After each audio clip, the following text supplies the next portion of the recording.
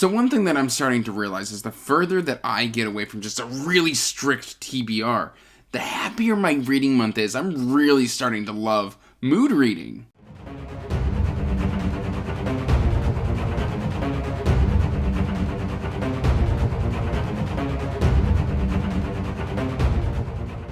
Hey everyone, welcome back to Andrew's Wizardly Reads, and as always guys, I am Andrew, and today we have got your April MBR here. Well, I should say my April MBR here, but before we get into that, please make sure to like this video and subscribe to the channel, as it does help us grow on that march to 5,000 subscribers by the end of 2023. Also, while you're doing all that, make sure to check the description box down below for the link to the Wizardly Duo Discord, as well as links to all my social media, including information about my Patreon. And that said, guys, I have got a beefy MBR. I have got some books that I may get to. I've got some books that I'm definitely going to get to. But we're going to kind of break this up into the books that I'm going to read physically, and then the books that I'm probably going to audiobook. And kind of let me know in the comments down below if this new kind of style of MBR kind of works for you, and then I'll try and make sure to stick to it. And I'll take a note, because I always don't remember to do things. I don't know. I try. I do the best that I can. That said, guys, in terms of physical reading, we've got some review copies that we need to get through. And we're going to start off those review copies with Eclipse. And this is Fractured Orbit, Book 1 by Herman Struhnagel. I wanted to make sure I got that last name at least as close to correct as I possibly could. And this is one that I got, sent for review. And it just sounds interesting. It says, Django Alexander had everything he ever wanted. Now he's lost it all. Mika Jennings can't escape her dubious past, and it could end up costing her everything. So this is a sci-fi. It looks like a hard sci-fi with some serious stakes for the characters at play. And that just sounds super interesting to me, which is why I agreed to accept it for review. And also, it's just got a gorgeous cover. Look at this. This is Eclipse. And I just absolutely love this spaceship. Something I don't talk about a whole lot is whenever I'm like daydreaming, a lot of the times I'm not daydreaming about spell slinging and magic. I'm daydreaming about restoring a spaceship. I don't know why, but that's just something that I think about. Next up, this one got pushed from last month just because I got a weird supernatural kick last month. So I swapped in some supernatural reads, and I'm saving this one kind of, just for that comfort read and a return to John Gwynne. And if you know what I'm talking about, we've got The Severing Sun by Von Roycroft. I talked about this one last month. Unfortunately, I did not get to it in March, but I want to get to it this month in April. Just a beautiful cover, and frankly, I am looking to see what this one is all about. We're going to kind of stack them right over here. Up next, this is what I haven't quite talked about a whole lot, but it's one I've really wanted to get to. And this is Quiet Thunder by J.P. Harker, and it's just a gorgeous, gorgeous cover. Funny enough, this is just a photograph for the cover, and this is the author's sword, is what he told me. I think that's super cool because with the distortion and the focus in the forefront, I think this works as a fantasy cover. It's simple, it's to the point, and frankly, it's just gorgeous. For generations, the Kotvan tribe have lived as an occupied nation, content to forget their warrior ancestry and live under the Empire's laws in exchange for their protection. But Karian, who wishes only for a quiet life of a farm steward, soon learns that her home is not as protected as she thought. The savage Syrian tribe have decided to liberate their neighbors from the Empire, regardless of what their neighbors think of this notion. For Karian, it seems the days of Kotvan warriors are not over yet. That is by J.P. Harker, and I cannot wait to get to this one. Then we've got, of course, for my patron stuff, we are still making our way through Draconis Memoria. Now, at the time of recording, I haven't read the first book yet, but of course I'm going to read the first book. This is Anthony Ryan. This is...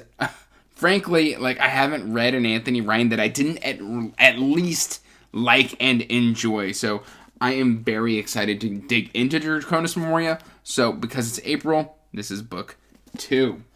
And then my patrons also, once a month get to select a book anywhere off of my TBR or the books that I already own. And my patron, Christopher Navo, got to select a book this month, and he chose Nectar for a God, Mrs. Mennick Thorne, Book 2 by Patrick Samphire. I loved Shadow of a Dead God, so I'm excited to see what this book has to offer for me. Now, that's all the physical reads, and now we're going to get into audio. And I've got 2 that I don't actually own physical copies of for the audio, because I do that a lot of times where I'll, buy a physical book and then get the audio as well. Maybe just so I can fit it into the TBR sooner. I don't know. But through Scribd, I am planning on reading House of Chains. This is Malazan Book of the Fallen, Book 4 by Stephen Erickson. This will be the furthest I've ever gotten into Malazan, so I'm very excited to continue this journey and see what it has in store for me. And then we're going to see, this one is very MBR, because I'm buddy reading this with somebody who may not be able to get to it this month, but I'm still going to put it on the list because it made the #1 book of many booktubers lists last year. I believe Mike from Mike's Book Reviews is one of them, and that is Swan Song by Robert McCammon. And I've read 2 Robert McCammon books. That would be, oh gosh, what are they called? Speaks the Nightbird and Queen of Bedlam. There we go. As soon as I started talking about it, I forgot it. And I loved those books. And I've heard this one's got some similarities with The Stand and Stephen King, with just, instead of a virus, it's like nuclear fallout, still post-apocalyptic and things of that nature. So I'm really looking forward to this. It's also a very hefty book. So this may get pushed to May, but it's a tentative April read. And a quick cut in, because I forgot to include 2 books that are on this MBR. And that is going to be Con Iggulden's Lord of the Bow and The Kingdom of Liars by Nick Martell. This was a substitution for last month, and so I'm adding it to this TBR because I'm excited to continue this series. And this one, I forgot I'd signed up for a buddy read. Back to the video. And then the ones that I have physically is what we're going on to next. We, of course, got Crazy Maids in a Row by Patricia Meredith. And this is the Spokane Clock Tower Mysteries. I've been buddy reading this with Kayla from Kay's Hidden Shelf.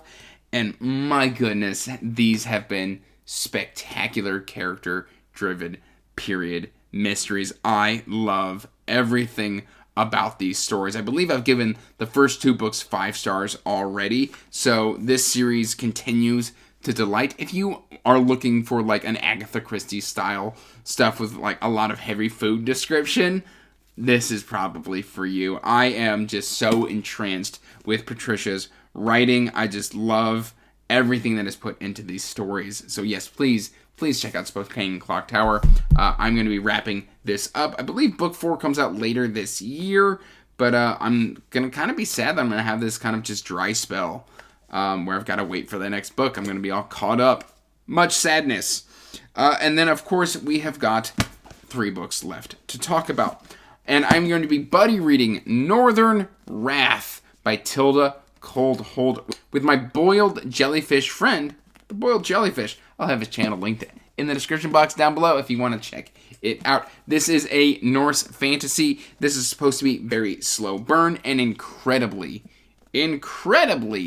underrated. So I am very, very excited to get this one read because, frankly, it's been on my shelf for over a year, and I just want to see what all the fuss is about.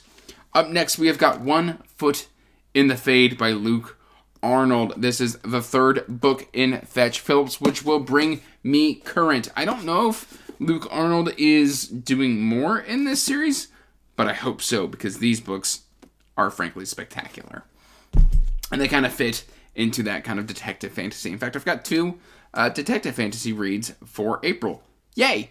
And then finally, but not least, we have got Larry Correa's Destroyer of Worlds. And this is fitting because this is the 4th book in the Saga of the Forgotten Warrior. This is the 3rd book, I said 4th, didn't I? This is the 3rd book in the Saga of the Forgotten Warrior, and book 4 comes out this month. That's what I intended to say. And yeah, so I'm really enjoying Larry Correa's writing. This is, Larry Correa has now joined the ranks of the more than 10 books written. I have read more than 10 books.